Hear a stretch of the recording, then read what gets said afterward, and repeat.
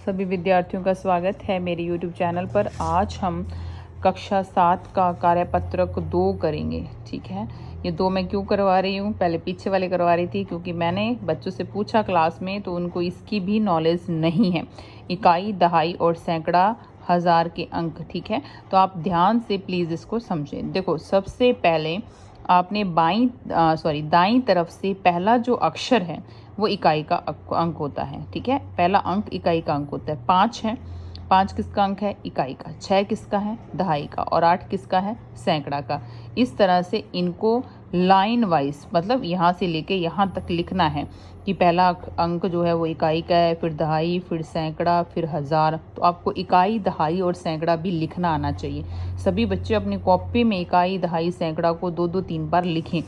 ठीक है, ये सबको समझ आए। उसके बाद विस्तारित रूप में क्या लिखना होता है, तो विस्तारित रूप में भी वही बात है। पहला 5 क्या है? हज़ार का अंक है तो 5000 लिखा। 6 सैकड़ा का अंक है तो 6 सैकड़ा। 1 दहाई का अंक है तो 1 के बाद दहाई लिखा। और 3 इकाई का अंक है तो 3 के बाद क्या लिखा? इकाई लिखा। इस तरह से ये सभी प्रश्न करने हैं। अब बच्चे कंफ्यूज किस में होते हैं? इस तरह के प्रश्न में। देखिए, वो पढ़ते नहीं है कि 2 के बाद दहाई लिखा है या हज़ार लिखा है। सीधा क्या करते हैं? 2, 3, 5, 1 लिख के और यहाँ संख्या बना देते हैं। लेकिन ऐसा नहीं करना, हमें पहले पढ़ना है। हज़ार कहाँ लिखा हुआ है? ये रहा। हज़ार के आगे क्या है? 5, तो हज़ार वाले डिब्बे में 5 लिखना है। फिर सैकड़ा वाले डिब्बे में सैकड़ा के आगे क्या लिखा हुआ है? 1 लिखा हुआ अंक तो 1 लिख दिया। फिर दहाई के आगे क्या लिखा हुआ है? 2, तो दहाई के नीचे क्या लिख दिया? 2। फिर इकाई वाले अंक के आगे क्या लिखा हुआ है? 3, तो यहाँ पे क्या लिख दिया? 3। इस तरह से ये संख्या बन गई 5, 1, 2, 3। अब यहाँ देखो, 6000, 2 सैकड़ा, 1 दहाई, 3 इकाई। ये तो लगातार लिखा हुआ है तो इसको लिखने में कोई दिक्कत नहीं। ये भी ऐसी है। इकाई, इसमें देखो इकाई और दहाई गड़बड़ है। इकाई पहले नहीं लिखा हुआ, दहाई पहले लिखा हुआ है। तो आपने क्या करना है? पहले इकाई का अंक कितना है? 2, तो 2 लिखोगे पहले। फिर दहाई का अंक कितना है? 8, पढ़ना है इसको। फिर 8, फिर सैकड़ा का 5 और हज़ार का 3। और यहाँ देखिए, इकाई का अंक है क्या? कहीं दिख रहा है? नहीं है। तो इकाई की जगह क्या आ जाएगा? 0। दहाई की जगह 5, सैकड़ा की जगह 9 और हज़ार की जगह 8। फिर इकाई की जगह 2, देखो 2 है, ये नहीं है। ऐसे लाइन वाइज नहीं लिखना, इकाई को पढ़ना है। इकाई की जगह 2, फिर दहाई की जगह 7, सैकड़ा की जगह 3, तो 372 हो गया ये। इस तरह से ये है विस्तारित रूप। 8 सैकड़ा, 9000, 3 इकाई का रूप है। तो इकाई का कितना है? 3। दहाई का है नहीं तो 0। सैकड़ा का 8 और हज़ार का 9, तो 9803 ये वाला उत्तर आएगा। इस तरह से आपको जो है ये प्रश्न जो हैं वो हल करने हैं। तो ये दूसरा जो कार्यपत्रक है आपको इस तरह से हल करना है। उसके बाद तीसरा जो कार्यपत्रक है उसमें देखें, उसमें आपको क्या करना है कि हज़ार के स्थान पर आया 6, तो 6 को किससे गुणा करना है? हज़ार से। पहले इकाई से शुरू करें तो इकाई का अंक कितना है? 3। इकाई वाले अंक को 1 से गुणा करना है, दहाई वाले को 10 से, सैकड़ा वाले को 100 से और हज़ार वाले को 1000 से गुणा करना है। गुणा नहीं करना, बस सीधा 6 लिखा और पीछे कितनी ज़ीरो लगा देनी है? 3, क्योंकि हज़ार में कितनी ज़ीरो होती हैं? 3 होती है। सीधा 5 लिखा, 5 में कितनी ज़ीरो हैं? 2। फिर 1, 10 एकम 10, तो 10 आ गया और 3 आ गया। इसी तरह से ये सारे प्रश्न करने हैं। लेकिन आपने यहाँ ध्यान रखना है कि यहाँ क्या लिखा हुआ है? ये क्या लिखा हुआ है? सैकड़ा। सैकड़ा के स्थान पर क्या आया? तो देखो, इकाई, दहाई, सैकड़ा 8 आया। कई बच्चों ने क्या लिख रखा है? यहाँ हज़ार वाला लिख रखा है, कईयों ने इकाई वाला लिख रखा है। पहले यहाँ पढ़ा नहीं है, सीधा यहाँ 2, 8, 3, 6 लाइन वाइज लिख देते हैं।